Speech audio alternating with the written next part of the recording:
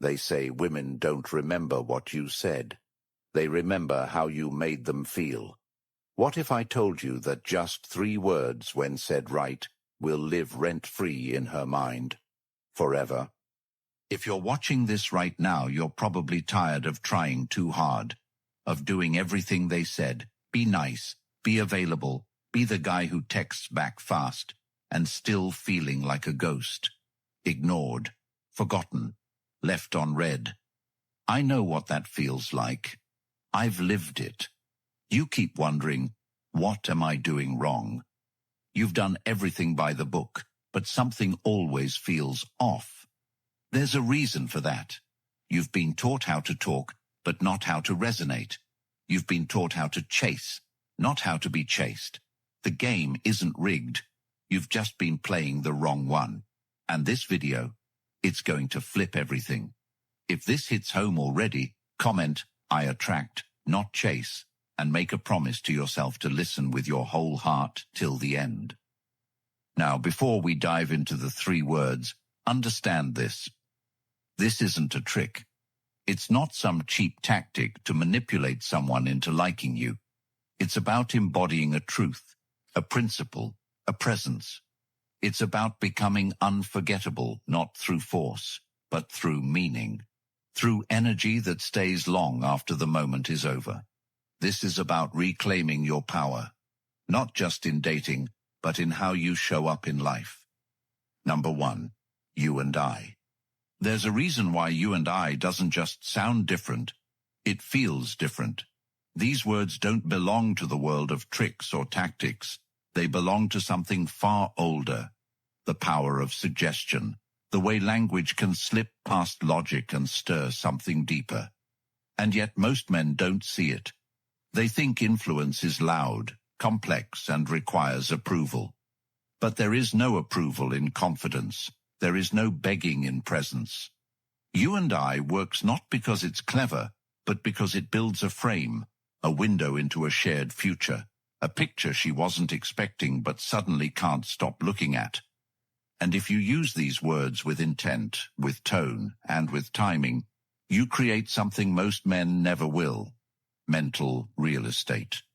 You and I would make one hell of a team, if we ever stop pretending otherwise. That line doesn't just hint at chemistry, it implies a shared unspoken truth. Now she's not just thinking about how she feels, she's wondering how long you've felt it too. That's how you use words to stay with someone, not in their ears, but in their decisions.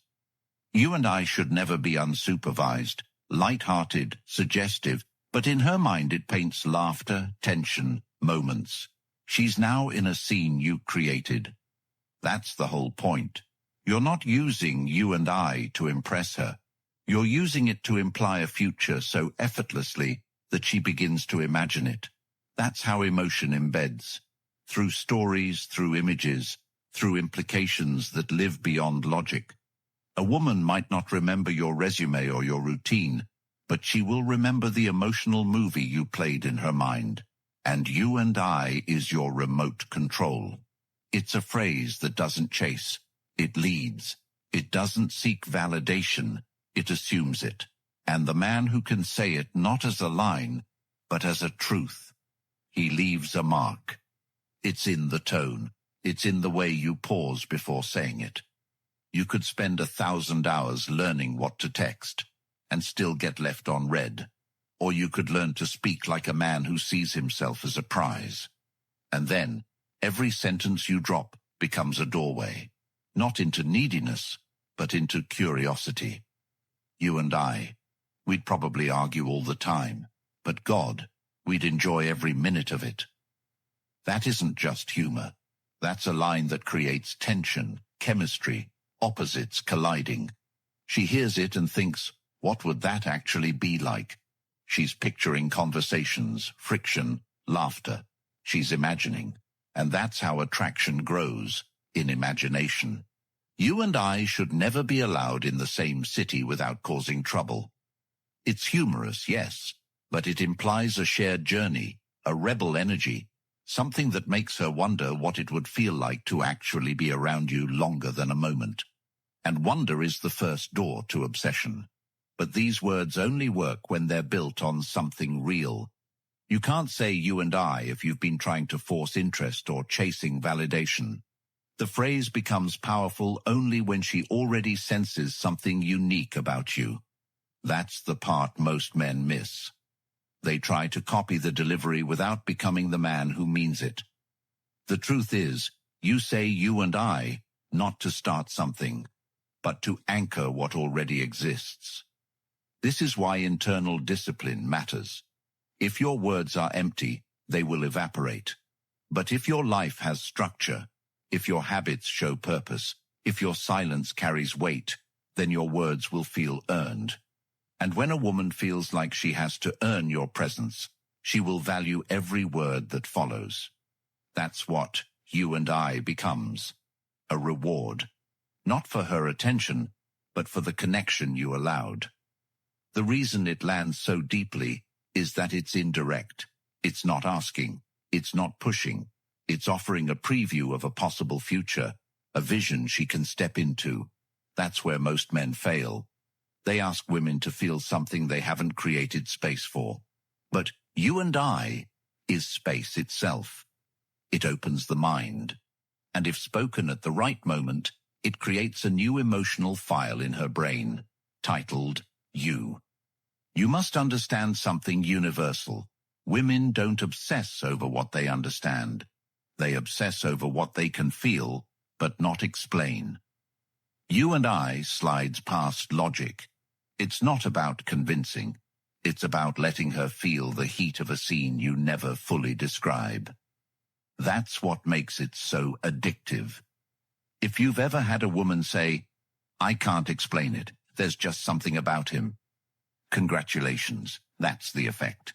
And it starts with a few words spoken with intention. Use it wisely. You and I, we've got unfinished business. A phrase like that brings back a memory, hints at unresolved tension. Even if no story existed before, you just created one. Her mind starts to fill in the blanks. Did you miss a chance before? Is there a story behind the stare you just gave her? And now, without asking for it, she's invested. That's what great dialogue does. It makes her write the next line in her head. You don't hand her the story, you show her the first scene.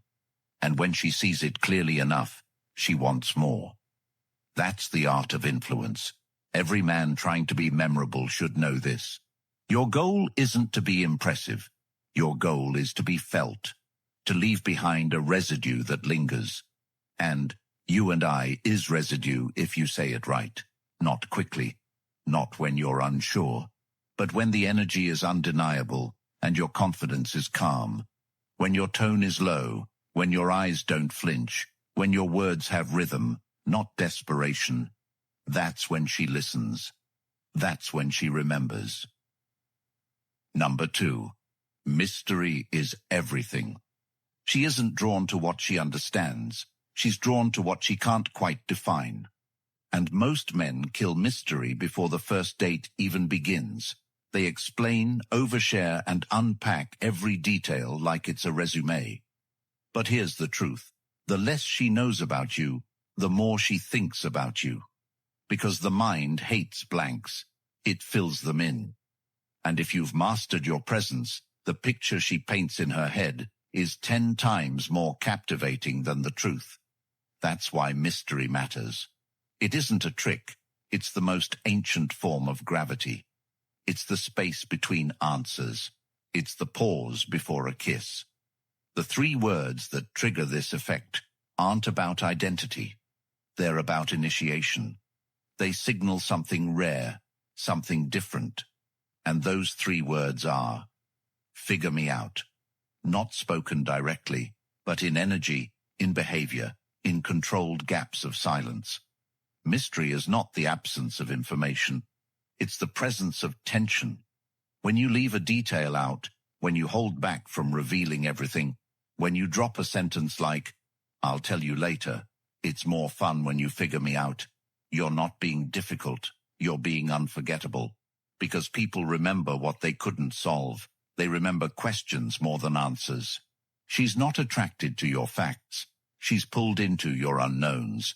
Imagine you're sitting across from her, and instead of explaining what you do or where you went to school, you say, "That's a story for another time." Now you've planted something, a thread, something that doesn't close, and it nags at her mind when you're gone. That's how you own space without saying a word. You become a question mark with a pulse, a sentence that was never finished, a door that's slightly open. Men who talk too much destroy this tension. They answer questions that were never asked. They flood space with data instead of magnetism. Figure me out is the frame, and everything else becomes selective revelation. Tell her about the scar, but not how you got it. Tell her you moved cities, but not why. Say, some things are better found than told. Every time you say less than expected, you build value. Because silence isn't absence, it's suspense. And if she's leaning in, wondering what you're not saying, that's power. Mystery isn't detachment. It's a design. It's structure with gaps. Every interesting man knows how to craft presence by withholding just enough to stir interest without frustration. When you say, "Figure me out," you're not giving her a puzzle. You're giving her the thrill of chasing meaning. And most people, especially women, fall hardest not for what they were given, but for what they had to discover. Let that sink in. Let her find you in layers. Speak with purpose, but leave doors closed. And when you drop a hint, make sure it leads somewhere emotional, not informational. Figure me out doesn't mean being difficult. It means being deep. It means saying things like, "I don't talk about that on first dates," with a look that suggests not pain, but meaning.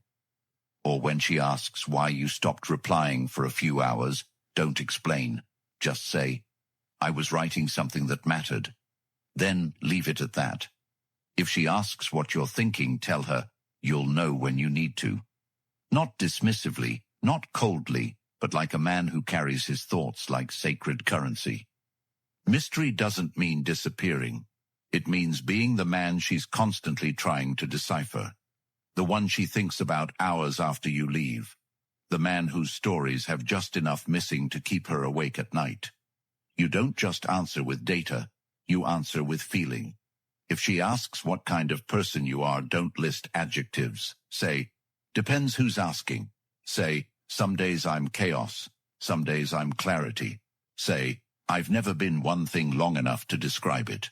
These aren't lines, they're layers. There is a place between being distant and being overwhelming. And that space, that's your throne. You sit in it by saying less and meaning more. Mystery isn't being cold. It's being vivid without being obvious. You let her see the shape of you, but never the full design. That's what "figure me out" means. It's an invitation, not a test. Number 3. Direct, not dominant. There is an ocean of difference between dominance and direction, and most men sink because they try to control what they should be leading. Being direct is not barking orders. It's not over-explaining your masculinity or pushing her to react. It's clarity without pressure. It's action without the need for applause. And in this age of endless games and blurred lines, directness is rebellion. Here are 3 words that carry more influence than a paragraph of persuasion. I want this. Speak that in the right tone, at the right time, and it doesn't sound like control. It feels like calm leadership. And that's rare. Every time a man says, "I want this," with certainty, he reveals not just his decision, but his self-trust. And self-trust is what most women are scanning for beneath every conversation. I want this isn't arrogance, it's direction. It's knowing what you will and will not tolerate. I want this, but not at the cost of who I am. That line. It draws a boundary and offers a vision, and that combination is rare. She hears it and realizes you're not trying to adapt to her whims. You're showing her who you already are. Being direct with desire doesn't mean laying it all out in desperation. It means you're not afraid of your own truth. I want this connection, but I won't chase it. She feels the energy behind those words, that you're intentional but not needy, that you lead without needing to pull. Women are drawn to men who move with clarity, not chaos. I want this experience to feel real, not rushed. That's how you anchor presence. That's how you lead a moment into depth. And don't just say it, live it. If you say, I want this, and your life doesn't reflect that same decisiveness, the words collapse. This is why so many fail. They mimic language, but they haven't earned it. Your habits must back your mouth. Your choices must echo your clarity. You want her to believe you. Be congruent. That's where power lives. And the more you align your speech with your walk, the more impact each word will carry. I want this peace more than validation. Say that to yourself. Then say it to the world in your energy. Because the moment a man stops trying to dominate and starts directing with calm certainty, he becomes undeniable. It's in how you take the lead without asking permission. It's in how you offer structure without needing control. I want this moment to be honest, even if it's not perfect. That's leadership in a sentence. You're not trying to impress her. You're anchoring her in a shared truth, that the connection matters more than image, that presence matters more than performance. Every interaction is a mirror to your internal standard. If your words are scattered, if your actions are unsure, if your rhythm is reactive, you will not be remembered. But when you speak with sharpness, not volume, with certainty, not pushiness, your words stay. Women are exhausted by men who say too much and mean too little. So say what you want, but say it like it's already true, because belief precedes attraction. I want this, and I'm not afraid to lose it if it's not aligned. That's real power. That's stillness speaking.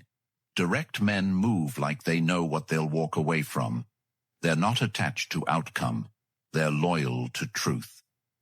I want this time to matter, not just exist.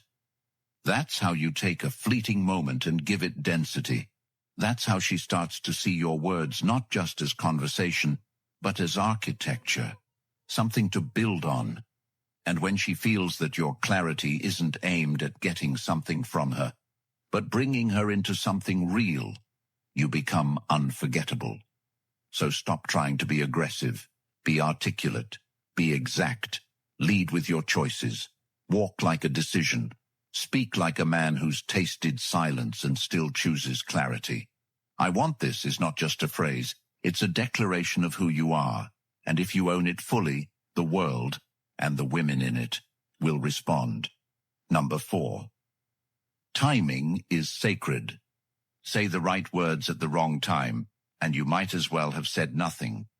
That's the cruel truth about attraction, connection, and the psychology of attention. Timing isn't part of the game, it is the game. And every man who tries to speak before he's felt the moment, every man who blurts out truth before the space is ready to hold it, ends up misunderstood, ignored, or worse, dismissed. The reason timing is sacred is because it decides whether your words will echo or evaporate. And if there's a single quality separating unforgettable men from forgettable noise, it's the ability to wait until the moment is begging for your words. That's when they stick. That's when they cut. That's when they leave a mark. Let's talk about 3 words that, when said at the exact right second, can change the entire direction of a connection. Not right now. These are not words of rejection. They're words of awareness. They say, I see the value here, but I also see the value of the moment we're in. It's the man who knows not to confess love when she's distracted. It's the man who waits until the silence is charged before he speaks.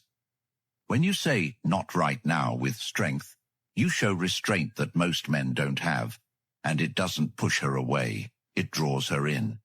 Because now she's not reacting to your words. She's anticipating your next one. That anticipation is attraction. Say she opens up finally vulnerably. She reveals something personal, raw. The average man jumps in with solutions, with reassurance, with noise. The man who understands timing, he waits. He doesn't try to fix. He lets her feel heard. Then, after a pause, he says, "Not right now, but I'm not going anywhere." That's not a line. That's a tether.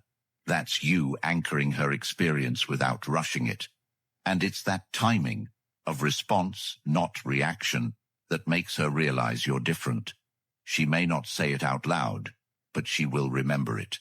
This is why silence, space, and restraint are underestimated. Every high-impact communicator knows that what's unsaid shapes what's heard. When you pause before answering, you show her that you're not reacting, you're choosing.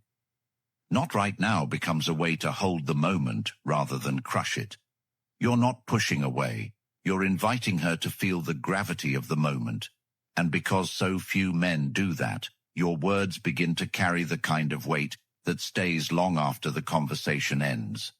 The only reason "not right now" hits so hard is because it introduces something most men fear: patience. It communicates that you're in control not only of your words, but of your pacing, of your direction, of your attention span. She's not used to that. She's used to pressure, to immediate reactions, to men who try to fill the gap before it becomes uncomfortable. But the man who says "not right now" at the right second, he's memorable not because he tried hard, but because he waited right. He doesn't need to be first. He needs to be felt. Think of the man who's about to kiss her. He feels the air shift. He sees the look in her eyes, but he doesn't lean in right away. He lets the pause do its work. He waits until she's already imagining it. Then he says quietly, "Not right now, but soon." Now she's leaning in. Now she's wondering. Now she's emotionally involved in the outcome, not because of pressure, but because of pace. That's the magic of timing. It's not about delaying for the sake of delay. It's about sensing when the emotional current is aligned. Most men override the rhythm of a moment with their need to be felt. But a man who respects timing, he lets her come closer without demand. He makes her feel like she's choosing, not being persuaded. And that's the kind of choice that rewires memory. "Not right now" isn't an excuse. It's a positioning, a way of saying, "I respect this enough not to rush it." Whether you're speaking to her vulnerability, her desire, her anger, it's the same principle. Pause, then place your words. That's when she listens. Not because you spoke louder, but because you spoke when the silence was hungry for it. And in this world, filled with endless interruptions, with dopamine chasing, with the noise of needing to be understood, timing becomes the language of leadership. Use it, own it. And when you say "not right now," don't explain it. Just mean it. Because when the moment returns, and it will, your words will hit deeper than you ever could have planned. Number 5. Speak through energy. Words are decoration. Energy is the architecture. You can say all the right things, memorize every script, master the tone, and still get dismissed in seconds if your energy doesn't align with your intent. She doesn't respond to the sentence. She responds to the state it was born from. And every man who's ever wondered why a well-crafted message didn't land, why a compliment felt awkward, why she ghosted after a seemingly great conversation, needs to hear this. Your words mean nothing if your energy is not clean. And by clean, I don't mean pure. I mean congruent, truthful, real, undeniable. Energy is your silent message. It walks into the room before your mouth opens. It lingers after the conversation ends. It's the unspoken code she reads when you say, "you and I," and she feels whether it's a pickup line or a prophecy. It's what gives "I don't know" gravity, or makes it sound like weakness. It's the reason "I want this" can sound desperate from one man and magnetic from another. It's why "not right now" can either sound like avoidance or mastery. Energy is the filter. It either dilutes your words or deepens them. It tells her if you are a man of weight or noise, and it is the one thing you cannot fake for long. If your energy is coming from scarcity, from need, from seeking validation, nothing you say will work. You could say, "You and I would make trouble together," but if your energy is anxious, disconnected, unsure, she'll feel it and reject it before she even knows why. That's how intuitive the feminine mind is. She feels before she thinks. And men who understand that stop focusing on what to say and start focusing on who they are while saying it. Want to make "I want this" hit with power. Then live a life that reflects it. Want "not right now" to create anticipation instead of confusion? Then make sure your stillness isn't empty. It's earned. Energy is the transmission. It's the signal behind the signal, and most men are sending the wrong one. They talk about value, but move like men who've never defined it. They quote strength but avoid confrontation.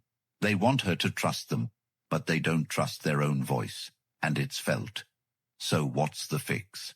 Start aligning. Start developing habits that match your words. Start walking like your name means something. Start looking in the mirror, not to check your looks, but to confirm your frame. Ask yourself, what message is my silence sending? What does she feel when I speak? Is it certainty? Or is it confusion disguised as charm? You can't fake presence. You can't rehearse depth. It's built. And if you want to be the man who says 3 words that she thinks about all day, then make sure your energy speaks louder than your voice. Because at the end of it all, she won't remember the line. She'll remember the feeling, and that feeling was your energy. Speak through it, live through it, and let your life prove it before your mouth tries to. You don't get another life to figure this out. Every moment you delay, you give away your power to people who never earned it, and women who never deserved it. The truth is, most men will never hear this message. They'll keep guessing, keep chasing, keep losing. But you heard it. Now you move different. Now you speak different.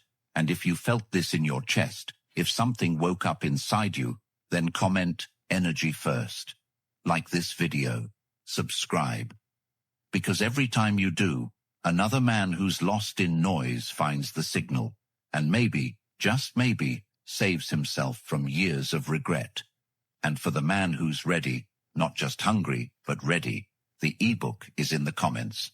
No fluff, no filler, just the full blueprint to turn everything you've just heard into muscle memory.